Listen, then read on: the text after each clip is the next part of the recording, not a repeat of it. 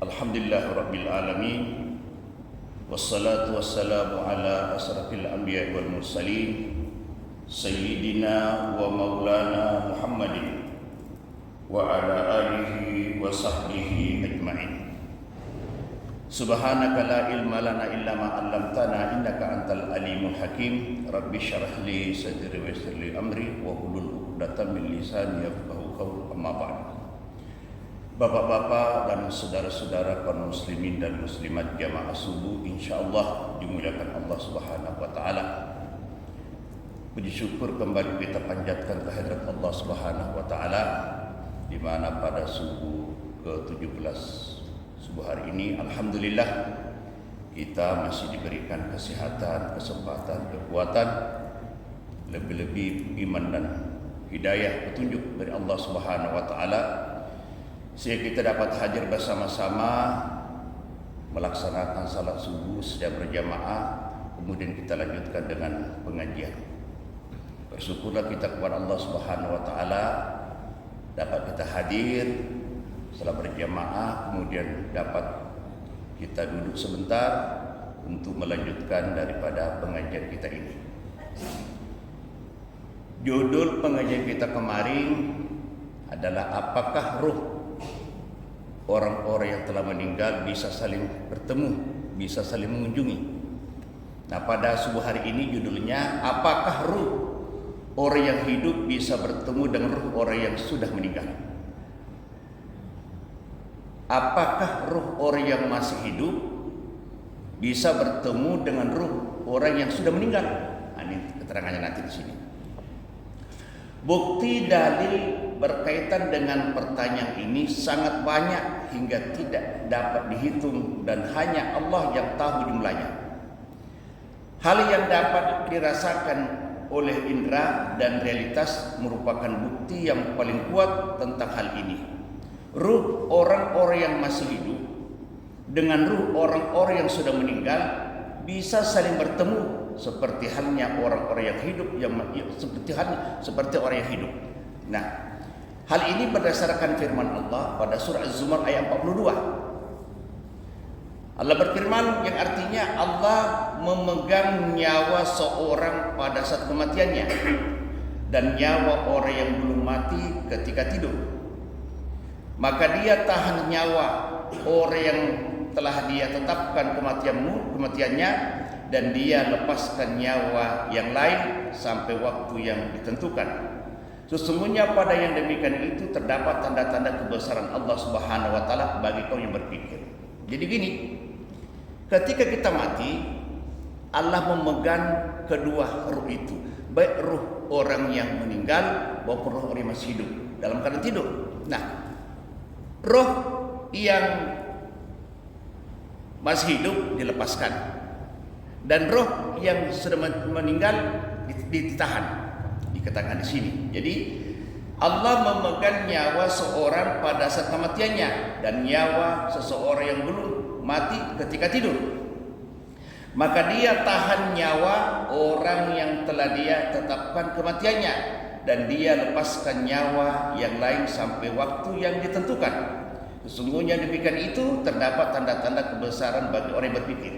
Nah, Abu Abdullah bin Mandah berkata, Ahmad bin Muhammad bin Ibrahim telah menceritakan kepada kami dari Ibnu Abbas. Ibnu Abbas ini adalah sahabat Nabi yang terdekat yang didoakan memiliki banyak ilmu. Berkaitan dengan ayat ini, ia berkata, telah sampai kabar kepadaku bahwa ruh orang-orang yang masih hidup dan ruh orang-orang yang sudah meninggal bertemu di dalam mimpi.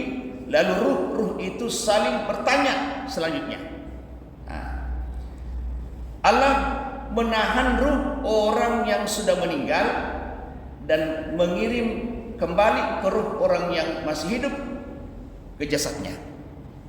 Jadi setelah mereka bertemu, bertanya hal ihwal apa ditanyakan samanya kalau kita ketemu di dunia. Setelah mereka bertemu, maka nyawa yang masih hidup dilepaskan kembali ke jasadnya dan roh yang meninggal ditahan. Ini keterangan Az-Zumar ayat 42.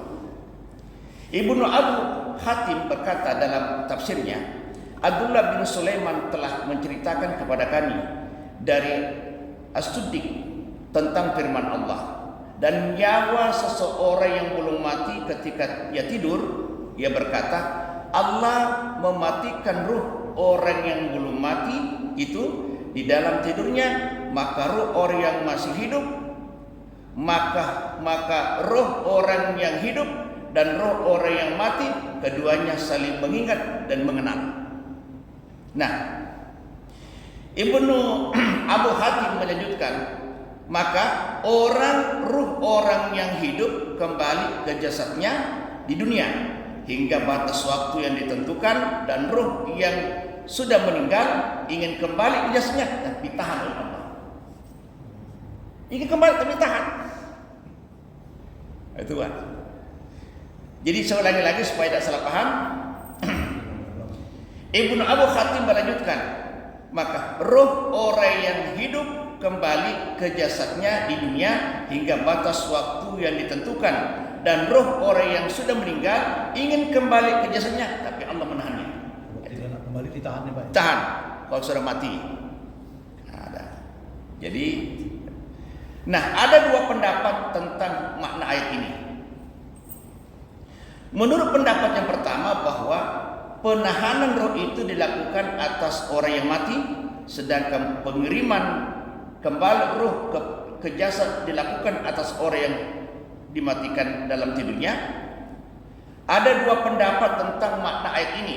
Menurut pendapat yang pertama, bahwa penahanan roh itu dilakukan atas orang yang mati, sedangkan pengiriman kembali roh ke jasad dilakukan atas orang yang dimatikan dalam tidur.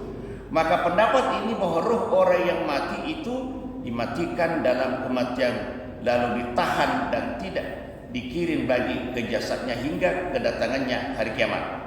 Adapun roh orang yang tidur hanya dimatikan sementara, lalu dikirim lagi ke jasadnya hingga waktu ajalnya tiba, dan ia akan mengalami kematian yang sebenarnya.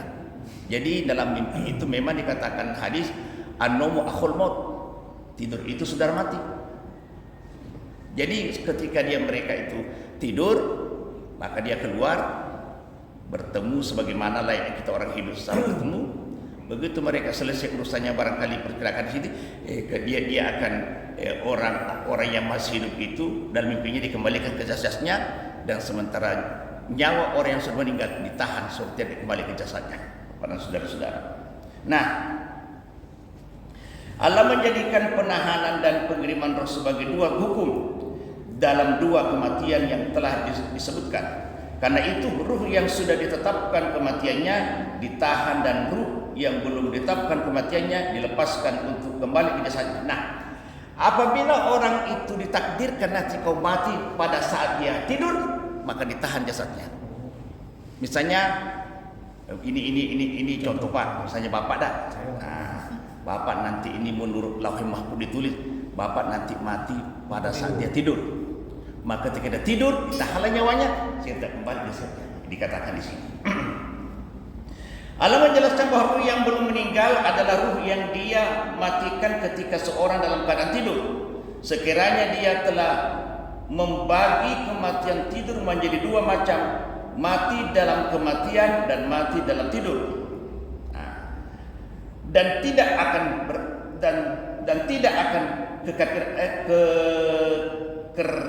kefirmannya, Allah berfirman, dan nyawa seseorang yang belum mati ketika ia tidur, artinya semenjak ruh digenggam di sisinya berarti ia meninggal.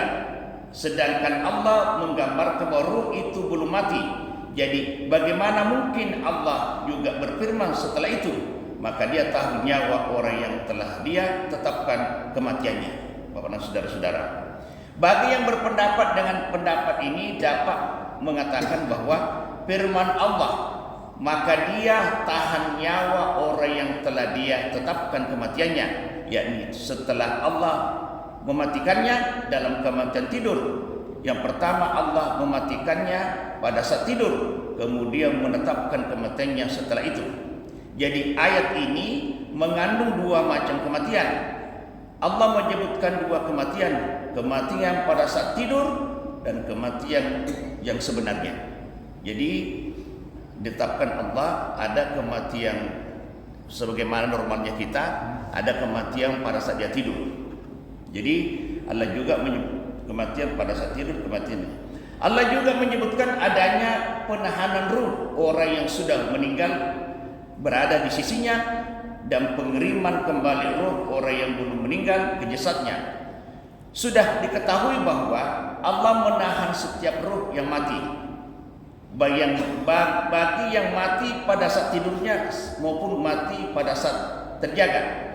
Namun dia mengirim kembali ruh orang yang belum mati ke jasadnya. Firman Allah, maka dia tahan nyawa yang telah dia tetapkan kematiannya.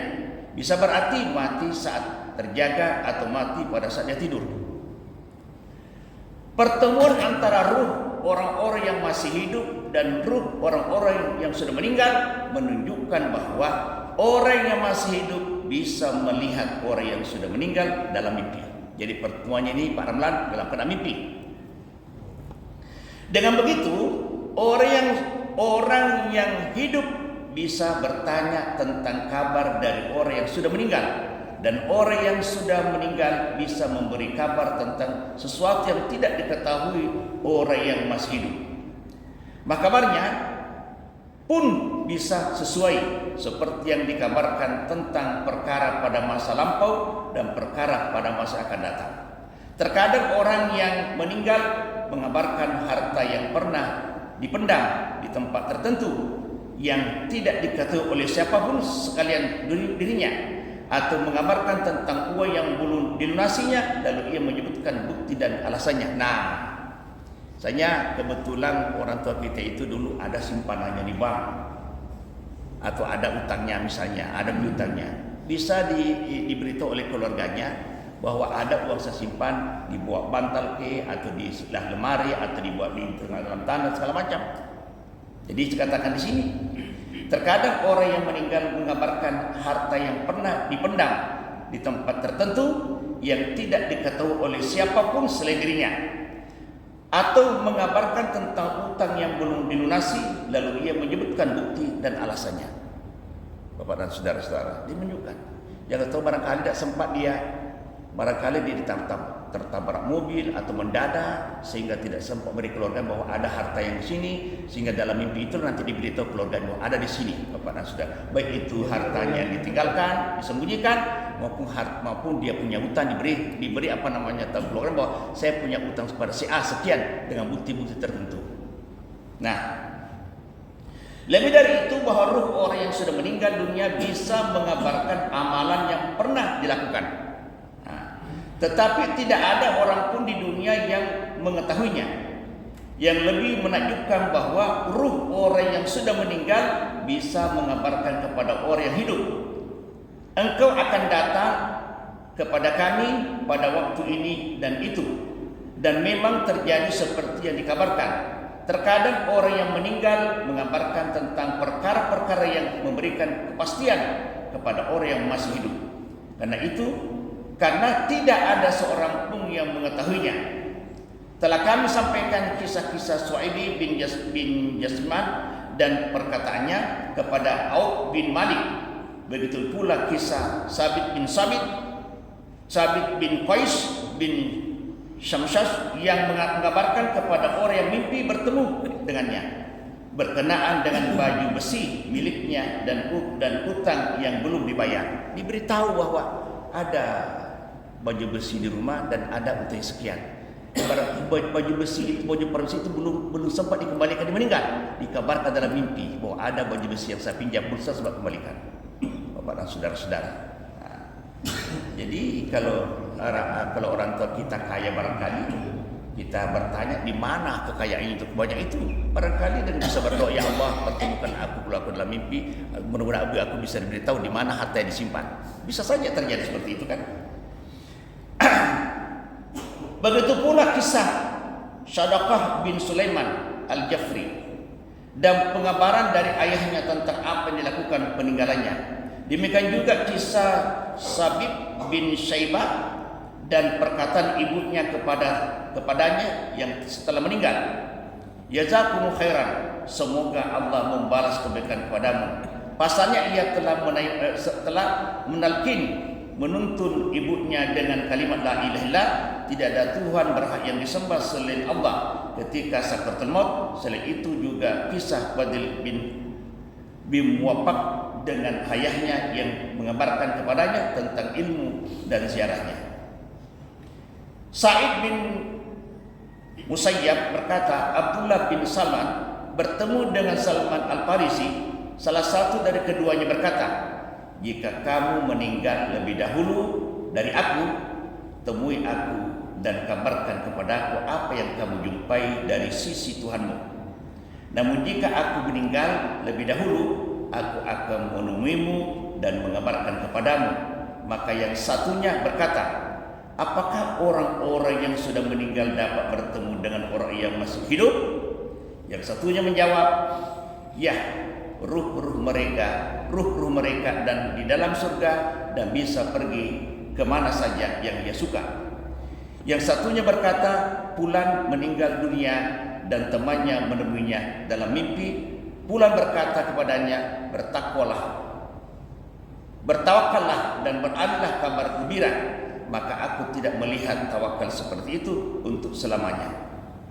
Jadi Bapak dan saudara-saudara, memang gak bisa tahu Bapak ingin berjanji dengan Pak Ramlan, siapa yang duluan dia memberikan kabar. Siapa ini dikatakan di sini teman baik, dia siapa yang duluan nanti kasih kabar bagaimana keadaan di sana. Saling mengabarkan, Pak. Ya saling mengabarkan. Menurut cerita di sini, kami hanya menyampaikan aja, Pak. Ya. Nah, waktu pun berlalu sejak meninggal Suraih. Waktu pun berlalu sejak meninggalnya Suraiha. Tetapi Hudayb belum juga mimpi bertemu dengannya. Akhirnya Hudayb pun bermimpi bertemu dengannya. Dalam mimpi itu ia bertanya kepada Suraih, bukankah engkau telah meninggal? Suraih menjawab, ya benar. Hudayb bertanya, bagaimana keadaanmu sekarang? Suraih menjawab, Tuhan kami telah mengampuni dosa-dosa kami dan tidak ada seorang pun dari kami yang mendapat siksa kecuali Quraib, kecuali Al-Harith. Quraib bertanya, siapakah yang dimaksud dengan Al-Harith itu? Surya menjawab, orang-orang yang ditunjuk dengan jari-jari karena suatu keburukannya. Jadi dia bisa bertanya, apakah termasuk orang beruntung atau termasuk orang celaka? Kami ini katakan orang selamat, kecuali sedia tuh. Kenapa dia sedang karena ada keburukannya sendiri Allah Subhanahu wa taala. Jadi orang yang meninggal itu bisa mengabarkan dirinya, mengabarkan orang lain. Wah, si anu disiksa karena begini. Kami alhamdulillah dalam keadaan sehat, diampuni dosa Allah Subhanahu wa taala. Nah, Maslamah bin Abdul Malik mimpi bertemu dengan Umar bin Abdul Aziz setelah ia meninggal dunia. Ia berkata, wahai Amirul Mukminin, aku selalu bertanya tentang keadaanmu setelah kematianmu. Umar bin Abdul Aziz menjawab, wahai Maslamah, inilah waktu yang senggang bagiku. Demi Allah, tidak ada waktu istirahat bagiku kecuali sekarang. Maslamah pun berkata, wahai Amirul Mukminin, di manakah engkau sekarang? Umar bin Abdul Aziz menjawab, aku bersama para imam, pemimpin yang mendapatkan petunjuk di dalam surga. Masya Allah. Jadi bertanya dia, Amirul Mukminin Abdul Aziz yang menyusun kitab-kitab hadis itu. Pada zaman Rasulullah, hadis ini berserakan, maka beliau akan mengumpulkan hadis-hadis. Sehingga ditanya, bagaimana keadaanmu sekarang? Aku bersama pemimpin yang jujur di dalam surga, Bapak dan saudara-saudara. Jadi ditanyakan, Umar bin Abdul Aziz, aku bersama para imam, pemimpin yang mendapatkan petunjuk di dalam surga Aden. Surga Aden.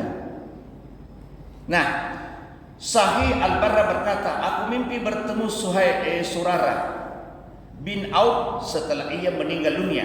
Aku bertanya, semoga Allah merahmatimu. Apa yang ditanyakan kepadamu, apa pula jawabanmu? Surah berpaling dariku, lalu aku pun bertanya lagi, apa yang diperbuat Allah terhadap dirimu? Ia menjawab, aku dimuliakan Allah karena kemurahan dan kemuliaannya. Aku bertanya, bagaimana dengan Abu Ala bin Yazid, saudara Mutarif? Ia menjawab, ia berada di derajat yang tinggi. Aku bertanya, amal apa yang paling utama di sisi kalian? Ia menjawab, tawakal dan tidak panjang angan-angan. Jadi diberikan tempat yang paling tinggi karena dia berikan tawakal dan tidak panjang angan-angan.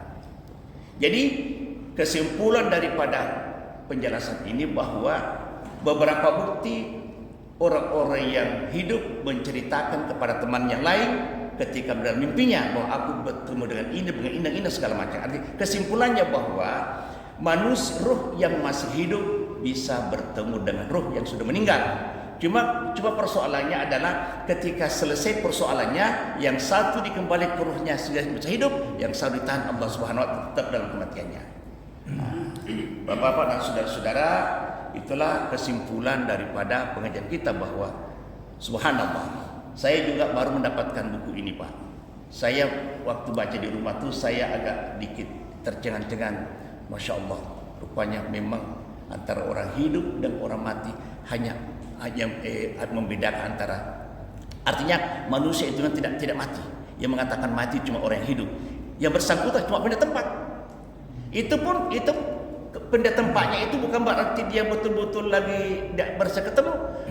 Karena ini sudah berada di alam apa namanya, di alam akhirat, satu di alam dunia, maka bisa dipertemukan dalam mimpi. Nah, di mana mimpi itu? Ya di mana apa namanya ruh kita itu kan disifat absolut. Artinya tidak akan pernah dia tidak seperti jasad. Kalau jasad ini akan bisa berubah nanti dikembalikan ke tanah, sementara ruh itu adalah absolut, adalah milik Allah Subhanahu wa taala yang bisa dipertemukan dalam mimpi para saudara-saudara. Oleh karena itu barangkali kalau ada orang bertemu keluarganya dan segala macam, pertama barangkali kita diberikan peringatan bahwa kamu sekarang ini nampaknya jarang melaksanakan perintah Allah, bisa diberitahu karena dia tahu persis bagaimana keadaan di akhirat kelak.